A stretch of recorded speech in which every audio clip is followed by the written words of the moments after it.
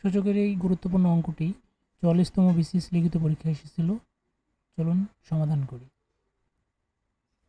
অঙ্কটি হলো 5 into 3 to the power m minus 9 into 3 to the power m minus 1 divided 3 to the power m minus 3 to the power m minus 1। যেটা করব আমরা সেটা হলো 5 into 3 to the power m, এটা আমরা এইভাবেই রাখবো। 5 into 3 to the power m minus 9টাকে আমরা 9ই রাখবো, into 3 to the power m minus 1 কেটাকে ভেঙে আমরা 3 to the power m into 3 to the power minus 1 লিখবো। সূচকের নিয়ম অনুযায়ী আমরা জানি, দেখুন যে a two the power m plus m, এটাকে আমরা ভেঙে লিখতে পারি a two the power m into a two the power n। এই নিয়ম অনুযায়ী আমরা এখানেও 3 to the power m into 3 to the power minus 1 লিখলাম। নিচেও আমরা 3 টু দি পাওয়ার mটা রাখবো এবং 3 to the power m minus 1কে আমরা ভেঙে লিখবো 3 to the power m into 3 to the power minus 1। তো এবার যেটা করব, 5 into 3 to the power m আমরা উপরে রেখে দেব, মাইনাস 9টাও রাখবো। এখানে আমরা 3 to the power mটা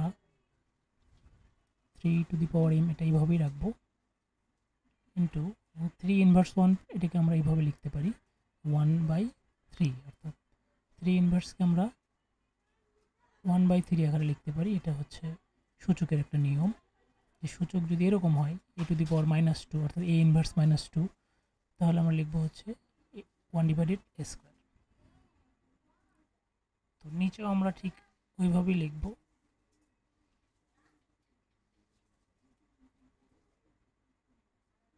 three two the power mটা রাখবো আমরা এখানে এভাবেই, এখানে 3 to the power m into 3 inverse 1কে আমরা 1/3 আকারে লিখব।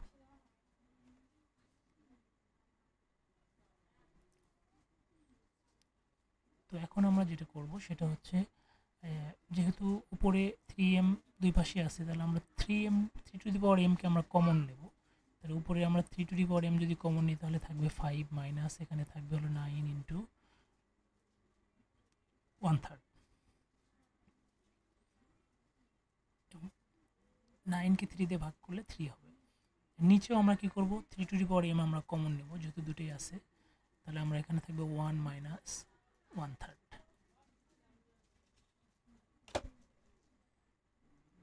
এখন উপরে এবং নিচে 3 টু দি পাওয়ার m কে আমরা কেটে দেব, তাহলে উপরে থাকবে 5 মাইনাস 3, 5 মাইনাস 3 লিখব, আর নিচে থাকবে হচ্ছে 1 মাইনাস 1/3। তো এখন আমরা ক্যালকুলেশন করি, 5 থেকে 3 গেলে 2 হবে, এবং এটা যদি ক্যালকুলেশন করি তাহলে আমরা 3 লসাগু করব, তাহলে 3 মাইনাস 1।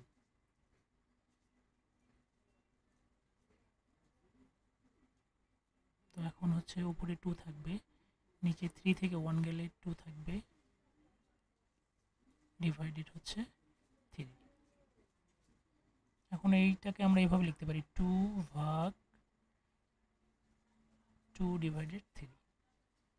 তো এখন যদি আমরা 2 ভাগ আসছে গুণ লিখি তাহলে ভগ্নাংশটি উল্টে যাবে, তাহলে 3/2 হবে। উপরে এবং নিচে 2 কেটে যাবে, তাহলে থাকবে শুধু 3 হবে অ্যান্সার।